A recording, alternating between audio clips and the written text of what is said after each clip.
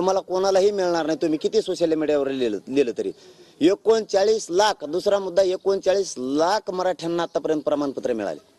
या आंदोलनाचं यश नाही का? कोण सोशल मीडियावर लिहितोय तो भांगार, हे यश नाही का? 39 लाख लोकांचं कल्याण झालंय. हे आंदोलनाचं यश नाही. काय नाही मिळालं म्हणतात? तुला काय मिळायला पाहिजे? पैसे, पद? तुझ्यासाठी आंदोलनच नाहीये. हे गोरगरीब मराठ्यांच्या लेकरांसाठी आंदोलन आहे. ते मोठे झालेत, त्यांना खूप मिळालं गोरगरिबांना. हे सांगण्यासाठी पुन्हा मी याच्यावरती आलोय. 2000 आणि 2001चा कायदा हे ओबीसी आरक्षणासाठी झालेला आहे. तिसरा मुद्दा सांगतोय, त्या कायद्यात जर एखादी व्याख्या घालायची असेल तर तो कायदा दुरुस्त करावा लागतो. 2001चा कायदा ही ओबीसींना आरक्षण देतोय.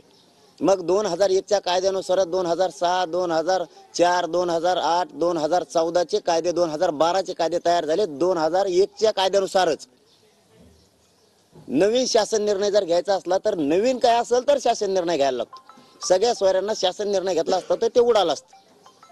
मग मराठ्यांना ओबीसीत आरक्षण द्यायचंय, ते खास करून मराठा बांधवांना सांगतोय. ओबीसीत आरक्षण द्यायचंय. मराठ्यांच्या कुणबी म्हणून नोंदी सापडल्या, त्या दुरुस्ती 2001च्या कायद्यातच व्हायला पाहिजे, तरच ते चॅलेंज होत नाही किंवा ते उडणार नाही. आणि आपलं चॅलेंज झालं तर ओबीसीचं सगळंच आरक्षण उडतंय मग, कारण आपण सुद्धा ओबीसी आरक्षणात आहेत कुणबी म्हणून. आपलं जर उडणार असलं तर त्यांचं सुद्धा 2001च्या कायद्यानुसार, 1967च्या कायद्यानुसार, 1990च्या कायद्यानुसार, मंडल कमिशननुसार सगळं उडतंय मग त्यांचं सुद्धा. त्यांचंही काय राहत नाही. म्हणून त्या दिवशी मुंबईला गेल्याच्या नंतर आपण इथूनच सांगितलं होतं की 54 लाख नोंदी सापडल्या, त्या प्रमाणपत्र द्या, त्यांच्या परिवाराला द्या. तर माझी मराठा बांधवांना विनंती, 54 लाखांना प्रमाणपत्र त्यांनी वाटप करत आणले जवळपास. पण 54 लाख ज्या नोंदी सापडल्यात, ही पाचवा मुद्दा सांगतोय, 54 लाख नोंदी सापडल्यात. ज्यांच्या नोंदी सापडल्यात त्या बांधवांच्या परिवारांना अर्ज करणं आवश्यक आहे. आता तुम्ही अर्ज करा, तुम्हाला सगळ्याला प्रमाणपत्र मिळून जातील. गावोची गावं निघायला लागले.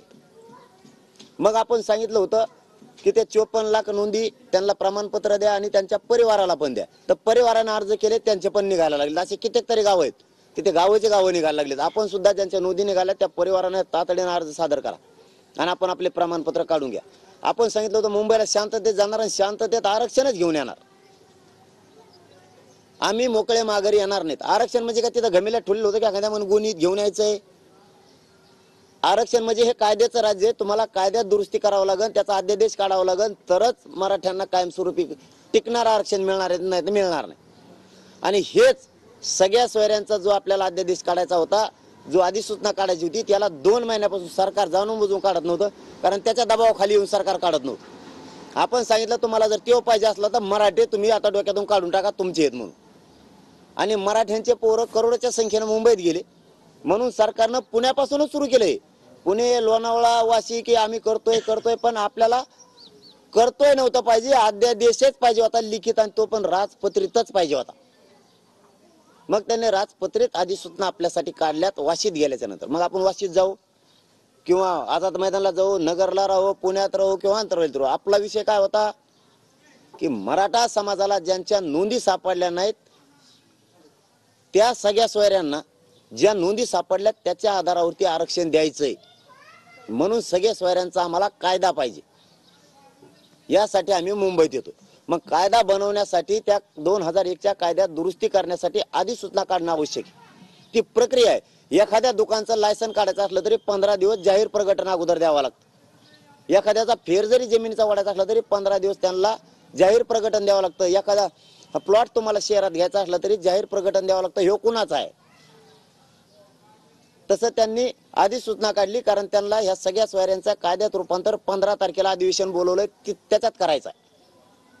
आणि मग त्याची अंमलबजावणी करून ज्या मराठ्यांच्या नोंदी सापडल्या नाहीत त्या मराठ्यांना, ज्यांच्या नोंदी सापडल्यात त्याच नोंदीच्या आधारावर प्रमाणपत्र महाराष्ट्रभरातल्या मराठ्यांना नोंदी न सापडल्याला मिळणार.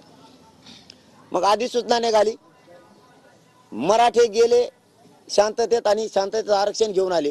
तर मराठे शांततेत गेले आणि शांततेत आरक्षणच घेऊन आलेत, कायदा घेऊन आलेत. म्हणजे आता त्याची अंमलबजावणी होणार आहे. आता त्याचं कायद्यात रूपांतर 15 तारखेला होऊन त्याचं 15 तारखेच्या नंतर त्याची अंमलबजावणी होणार आहे. म्हणजे नोंदी नसलेल्या मराठ्यांना नोंदी ज्यांच्या मिळाल्या त्याच्या आधारावर त्याच्या सोयऱ्यांना कुणबी जात प्रमाणपत्र मिळणार महाराष्ट्रभर. हे गोरगरीब मराठ्यांना मिळाले. मराठ्यांनी 75 वर्षात जो कायदा बनला नाही तो कायदा बनवला.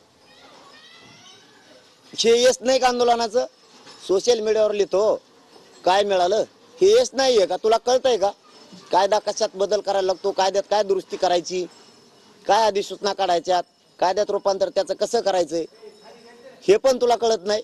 लिहितो नुसता, घरी झोपतो, कोणत्या तरी राजकारण्याचं ऐकतो, सुपारी घेतो.